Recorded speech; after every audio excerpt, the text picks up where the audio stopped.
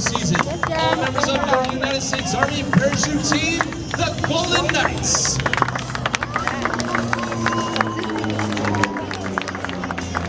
Ladies and gentlemen, this concludes our performance for the weekend. And on behalf of the entire team, I would like to thank each and every one of you for being such a warm and receptive airborne audience. In closing, I leave you with this final thought. In the future, may all your days be prosperous and your nights golden. The Golden Knights, ladies and gentlemen. Rear parachute demonstration team of the United States Army. You having fun yet today?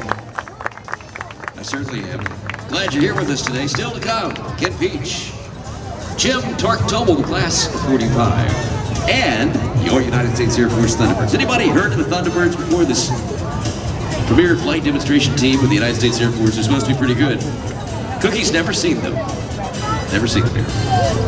It's his first time to see the Thunderbirds. I'm telling you, they're world class, folks. We have an all-star lineup for you here today.